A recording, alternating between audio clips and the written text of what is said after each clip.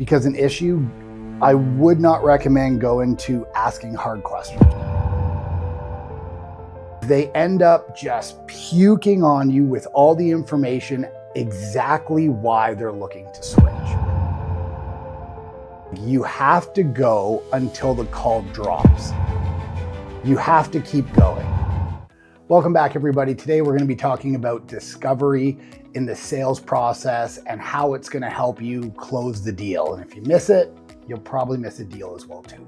As always, I'm Peter Boland. I've closed over $50 million in commercial cleaning contracts, and I'm here to just tell you what's working for us. All right, first of all, let's define discovery. Discovery is nothing more than finding the buyer's problems so you know how to solve them. That's it. You are finding the buyer's problems so you can sit back and solve them with your service. Now, I hear this a lot on other podcasts or when I sit down with other business owners, and what they sit back and say is, you just ask them why a lot. Why? Why did you call me? Why are we here? Why do you need a service? Why? And eventually they're just gonna puke and tell you. The truth is, discovery is one of the hardest steps because buyers tend to usually hold their cards close to their chest. And if you're in a walkthrough and he's just puking on you with all the data of why his cleaners suck, you should be able to close that deal very, very quickly because he is outwardly expressing a ton of disdain for his existing cleaners. In my opinion, that's not how most walkthroughs go. That's how most give me walkthroughs go. Somebody calls your company, they're like, hey, we need a quote right away. And then you go in there and they're like, okay, our cleaners suck, it's terrible. Sure, that's a laydown. But majority of the deals that we get, we have to dig and dig and dig until we find the real problem. Keep in mind, we do about 45 estimates every single week. So I can see exactly how a process should go here. So we do 45 estimates every single week. And in these estimates, this first part of discovery sets up the rest of our sales process. If we don't do it correctly and we only get surface level stuff, it's not gonna go anywhere. If we don't do this first step correctly and we only just get surface level information, the deal usually goes nowhere because we don't have enough data to find the real issue, show how our service solves those issues, and everything that we go over with them in the checklist and the pricing and our value benefits and even the maintenance agreement, we tie back to those problems. And if we don't get it, we're essentially just shooting ducks in a barrel. We're essentially just shooting blind. And if it closes, it was all sheer luck and it wasn't anything to do with how our salesperson handled it. So I've used a few things here. One, I've said surface level information, and I've used the word digging. I'm just gonna go over what I mean by those two. Surface level information is when a client comes to you and says, yeah, we're just looking for a new service. We just feel like something is when a client comes to you and tells you, we're just looking for a new service. We just feel like something needs to change and we're hoping you can help us out with it. That is very surface level. If I was told that, I would immediately agree. I totally understand where you're coming from. We have a lot of people that call us for just this. And then I would go into the next question. When you say you just feel like something needs to change, what do you mean by that?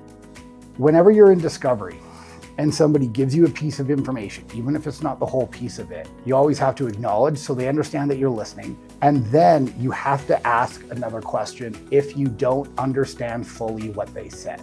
And I try to break this down in logical terms. If somebody tells me they just want some change and that's why we called you, I don't know what that means. And if I don't know what something means, I'm gonna keep asking questions until I find the reason why they said that. To me, it doesn't make sense. You just want to change? Okay, that's great. But why? Like, what sparked the fact that you wanted to change? And the more you ask these questions, the more you're going to get to it. And when I hear people talk about discovery or finding the problem, they make it sound so simple. Well, you just keep going, why? And sure, maybe asking more questions is what they're saying by that. But there's a whole process to how you ask great questions. If you're asking a question and they respond with what I just said, which was, we're just looking for a change. We feel like something needs to be different. And you're like, well, what needs to be different? You sound like you're interrogating them, and nobody wants to be interrogated. People want to have a conversation with somebody. People want to have a conversation with somebody and have their problem solved. They want it to be very, very easy and flow like normal communication. And the more you divert from normal communication, the more you make them feel awkward, and it's actually going to get their backs up against the wall. So you want to make it sound very natural. Oh, hey, I understand. I hear that all the time from people. If you don't mind me asking, what do you mean by you're just looking for a change? And then maybe they say something like, our business has changed. We've grown a little bit. We don't feel it's being as clean as it was before. Great. We're a little bit closer. And now this is the part where most people fail, is they go, oh, it's just not being as cleaned as good as it was. No, you have to keep going. Like, you have to go until the call drops. And what I mean by the call dropping is they end up just puking on you with all the information exactly why they're looking to switch. And you might have to ask the same question 5 different ways in order to get that answer, because you want to know specifics. So if they said that to me, I'd be like, oh, okay, hey, I'm sorry that you're actually going through that. Let me ask you though, specifically, what parts of the building do you feel is not up to par? I ask one question at a time. I don't ask multiple questions because I want an answer to that one question. So I'll sit back and then they'll give me that information. Or maybe they won't give me that information. They'll be like, well, I don't know. It's just what I have my staff telling me. So they've kind of blew me off on that one. All right, not a problem. Hey, I understand that your staff tell you that. But exactly what are your staff telling you? And I have to keep going until I get that piece of information. Until it sounds like, you know what? We came in on a Saturday and our cleaner was sleeping on the owner's couch without his pants on instead of cleaning the building. That is the sound of a call dropping. And I say that only because I've had this happen to me. We called a guy, we went through discovery, he didn't really want to talk about it. We probably spent 10 minutes on it, and finally he was like, you know what? It's just because the guy was on the couch, sleeping there in his underwear, his pants were on the floor instead of cleaning, and I just don't want this guy or this company coming in to my business ever again. So that deal was a same day close, obviously, because we found the issue, and the issue that he had, the problem, was big enough in order for him to move quickly. So you have to get very, very good at asking these questions again and again and again. And this goes to my second thing that I said, which was digging. This aspect of asking questions again and again and again till you get the exact reason is what I call digging. The exact reason might be dusting in the owner's office. The exact reason might be every week they don't change the garbages. The exact reason might be when I call them with an issue, they don't get back to me for 72 hours. You have to hear the exact problems that they have in order for you to build a way with your service to solve those exact issues. And if you don't get exact issues that they're having or exact problems that they're having, you are going to just be building a checklist for some surface level information. They're not going to feel like you really understand how to solve their problem. And that's what you need to get to. Now, some people do discovery while they're walking through the building with the client. Other people do discovery on the call when the client calls them to set up the initial appointment. I would call that more qualifying than discovery. And some people sit in their office afterwards with the client and then do discovery. The key is you have to do discovery before you get to building out the service and giving them a price. We do discovery because every single thing we do is over screen share. We do everything from distance, every single quote that we give out. So the very first thing we do is discovery. Now, if you're gonna do discovery right away, right at the beginning, there is one caveat that you need to know. You can't go right into seeing them and asking hard questions. You can't go right into seeing them on a screen share and asking them hard questions. Or even if they're calling you because an issue, I would not recommend going to asking hard questions right away. I'm using the word can't, but I mean, you could do whatever you want to do. It's your company and it's your choice. I've just found that there needs to be a gradient towards question asking. And if you start getting too heavy and too serious with questions right away, it doesn't work. Everybody here has dated before, and you go on a date with somebody, and can you imagine sitting down on a date with somebody and somebody immediately being like, hey, how much money do you make? Do you have kids? So here's an example. Everybody's been on a date before. So imagine being on a date, you sit down at the table, you're having dinner, and immediately she's like, how much money do you make? When can you take me on a vacation? How many kids do you want? And it's like the first thing she says.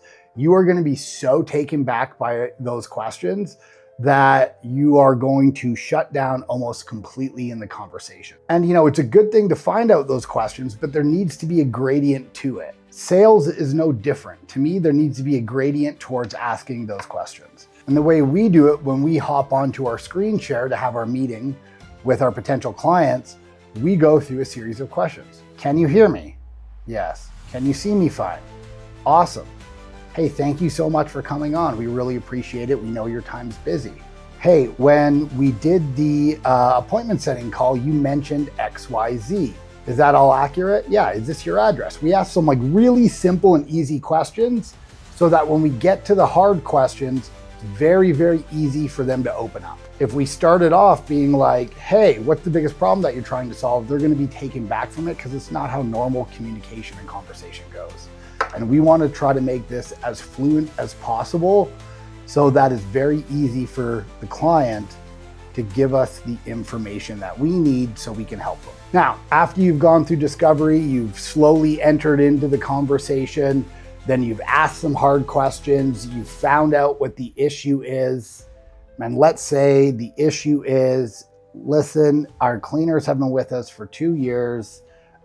We have to phone them every single week because they are not dusting, cleaning the garbages correctly, and we're just sick of it. Before you move on to the next part of your process, which for us is building out their checklist and delivering price, we want to confirm that that's what we're solving. Okay, great. Totally understand where you're coming from. To me, it sounds like what we're solving today is you want more consistency in your cleaning. You don't want to have to manage a company. You want the cleaning to be the same way when it was on day 1 as it was on day 750. And if you have to get a hold of us, you want to get a hold of us right away. Is that correct? And they're going to be like, that's exactly what we want. And if they say, no, we also want, or no, what we want XYZ, or no, that doesn't matter, great. Then you need to find out more information until you fully understand how to solve their issue. And if they confirm with you, yes, that's exactly what we want, perfect. You go on to the next stage in the process. As you can see, this is a huge process for us. So we have it laid out to do the exact same thing every single time. We open up with some soft questions, we ask questions, we dig on them, we find the problem as to why they're here. We then confirm that we know that we're here. We let them know what the pricing ranges are. We build out their checklist. We go back and confirm pricing so they know that they are getting the exact service for the exact price they want. We then go on to value building, and then we go on to maintenance agreement and closing. And if we can't close, we set up the next stages for follow-up and meeting days. You should have a process for every single thing that you do. And that process just means that if you do it this way, you get this outcome afterwards. So everybody knows how to do it. It's no different than a food recipe. If you follow the food recipe exactly the way it is, you get this outcome of this meal exactly afterwards. If you change things in it, you get a different meal and a different outcome. And that's what's so powerful of a process, is if you do it exactly the same way every time, you get the exact result every single time. And too many people I know are not building out processes. They are just going in, winging it every single time.